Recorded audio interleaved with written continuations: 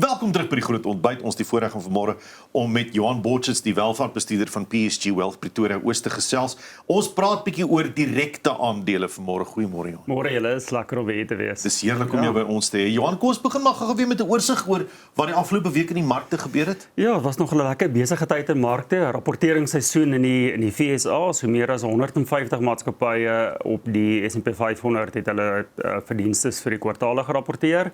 En weer maatskappye soos Microsoft en Amazon het meer as 30% groei in hulle wolkdienste besighede gehad.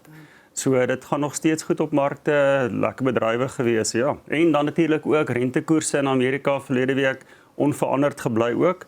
So dit was maar die groot nuus en plaaslik is die JSE gister ook daarom weer 'n bietjie op, so 1.1% op.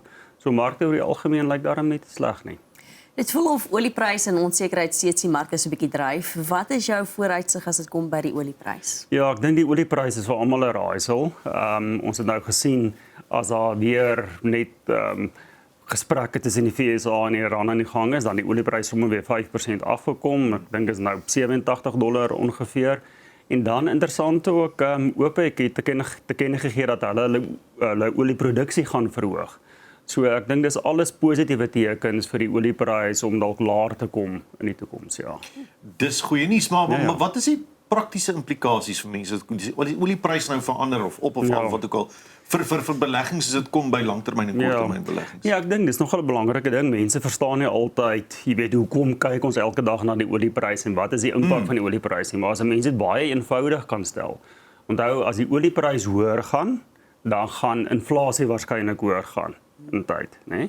As inflasie hoër gaan, dan gaan daar al hoe meer druk wees op banke om hulle rentekoerse te verhoog. As die banke hulle rentekoerse verhoog, dan gaan dit druk plaas op ekonomiese groei. Dan gaan ek en jy op straat dit voel en ons gaan swaarder trek, want ons betaal meer elke maand meer af aan ons huislenings, meer af aan ons karskuld, so ons het minder geld, minder besteedbare inkomste. Ons kan minder koop, omdat ons minder koop gaan daai maatskappye se winste weer begin afkom. So dis die bose siklus as mense dit amper so kan sê. Ja. Maar ek dink die belangrike ding van dit is jy moet 'n belegging maak wat oor tyd inflasie kan klop en kan bly klop. En ekskuus tog, en dis maar die hele gesprek oor aandele weer, direkte aandele. Ons glo dit is op die lang termyn die beste bateklas om inflasie te klop. Nou jy noem nou die direkte aandele en vandag fokus ons 'n bietjie op Capitec. Ja, Capitec is dis een van ons gunsteling maatskappye. Ons het in die verlede al oor hom gepraat, so ek het nou nie sy verstommende groei van 2001 af op die bord nie, net die laaste 10 jaar, maar nog steeds die laaste 10 jaar 631% groei, 22% per jaar opbrengs oor die laaste 10 jaar. En weer eens as 'n mens gaan kyk daai jare, dit sluit jare soos COVID en so alles in. So as jy oor die laaste 10 jaar 'n gemiddelde opbrengs van 22% per jaar kan kry, nie te versmaak. Ja, definitief. Ja, so dit is definitief een van ons gunsteling maatskappye in ons portefeulje. En as mense nou aandele in Capitec wil hê, kan enigiemand dit koop? Is dit 'n spesifieke manier, 'n spesifieke persoon? Hoe werk dit? Ek dink dis die ding wat baie min mense eintlik verstaan. Dit is so maklik om direkte aandele te koop. Jy maak net 'n aandelerekening oop by PSG of een van die ander aandelemakelaars en dan kan jy met baie min geld kan jy begin en klein bedrae in sekere aandele koop, ja. So dis eintlik 'n baie eenvoudige proses wat enige iemand kan doen om direkte aandele te kan koop, ja. Ek dink laas keer jy was, het ons ook gepraat oor die kyk bietjie na 'n langer termyn en dis kom ons ook heeltyd kyk na die 10 jaar en dit is interessant want die tendens was maar oor COVID alles omtrent was afgewees, maar tog as jy oor die 10 jaar kyk en weer eens om nie daai vinnige bewegings te maak nie, dan sien jy tog daai opbrengs wat mens wil hê. Ja, presies. So ek dink as 'n mens goeie besighede koop wat jy verstaan, wat sin maak. Ek meen ons almal loop in 'n sentrum rond en ons sien 'n Capitec. Jy weet, so dis iets wat jy ken. Ek hoop ons almal het al 'n Capitec rekening, jy weet. So dis iets wat jy ken, dis 'n kwaliteit besigheid en dan dink ek kan 'n mens met meer vertroue so iets koop. Ja. Dit help as mens weet waar die maatskappy vandaan kom waarin jy direk wil belê. Ja. En dit wys ook na die bestuur van so 'n maatskappy en die doel van so 'n maatskappy. Maar waar het Capitec spesifiek begin? Jy sê nou van 2010 af, nê? Hierdie 2001. Ja, eintlik vroeg Capitec het 1997 begin. Regtig? So dis al baie lank en hoekom dit so naby aan ons harte is, jy weet dit is 'n maatskappy wat uit die PSG stal ontstaan het. So as 'n mens die stigter van PSG, Jannie Mouton, het destyds 'n boek geskryf, Gee my geleenthede, het hy baie mooi daarin die hele Capitec storie verduidelik, jy weet hoe die manne na hom toe gekom het, hulle die geleentheid gesien het en van daar af Capitec begin het.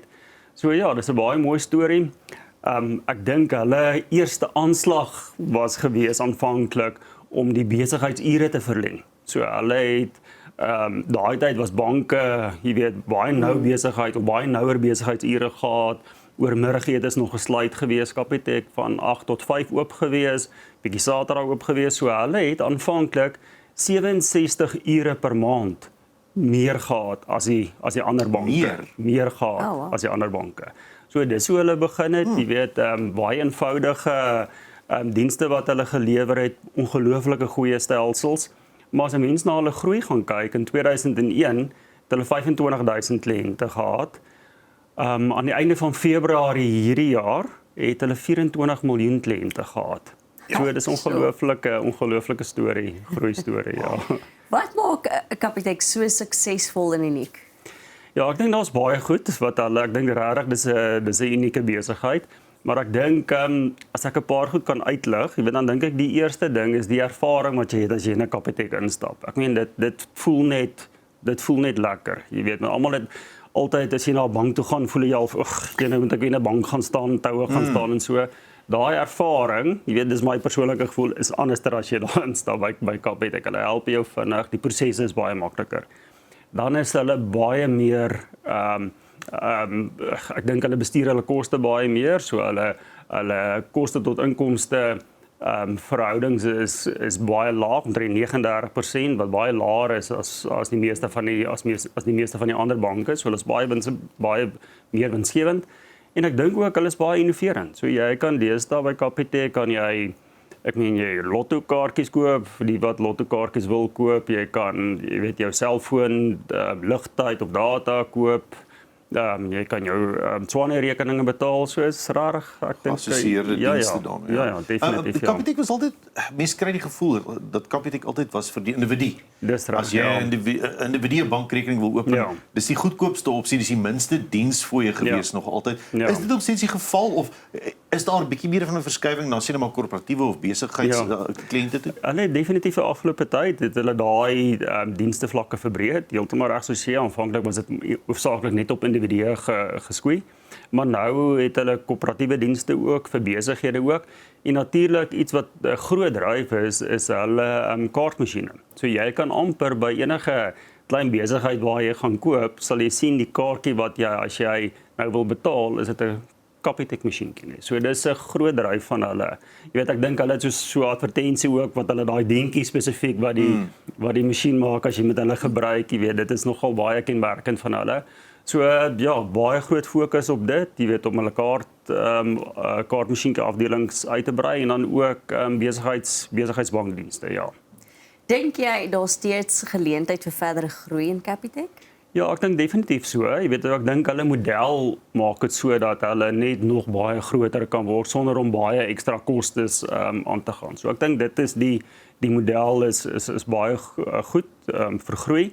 En hulle het ook in 2024 'n fintech maatskappy, internasionale fintech maatskappy gekoop. So hulle het ook nou 'n bietjie blootstelling in Poland, Mexico, ja, so ek dink hulle het bietjie in Spanje ook, ja. So 'n bietjie internasionale blootstelling ook, ja. Wow, 'n trotse Suid-Afrikaanse maatskappy met internasionale blootstelling. Ja. As mense meer wil uitvind, wat moet hulle doen? Ja, is baie maklik. Jy stuur net 'n e-pos na groot@psg.co.za. Ons sal graag wil help. So maklik soos dit. So maklik soos dit, ja. Baie dankie, Johan. Dit is lekker met gesels vanmôre. Dit is lekker om die geskiedenis agter Capitec bietjie beter te verstaan en te verstaan waar hulle dalk kan gaan. Ek dink dis vir almal interessant. Dankie vir jou tyd vanmôre. Dankie, was lekker geweest. Ja, as Johan Botschitz van PSG Wealth Pretoria Oos. Hulle sien die geheel beeld en jy geniet dan die voordeel. Vir meer inligting, stuur gerus 'n e-pos na groot@psg.co.za. Geaffilieer is van die PSG Financial Services Groep en 'n gelisensieerde beheerende maatskappy en 'n gemagtigde finansiële dienste verskaffer. Ons is nou weer terug en as ons terugkom na die advertensiebreek, dan praat ons bietjie oor julle verjaarsdae wat julle met ons wil deel.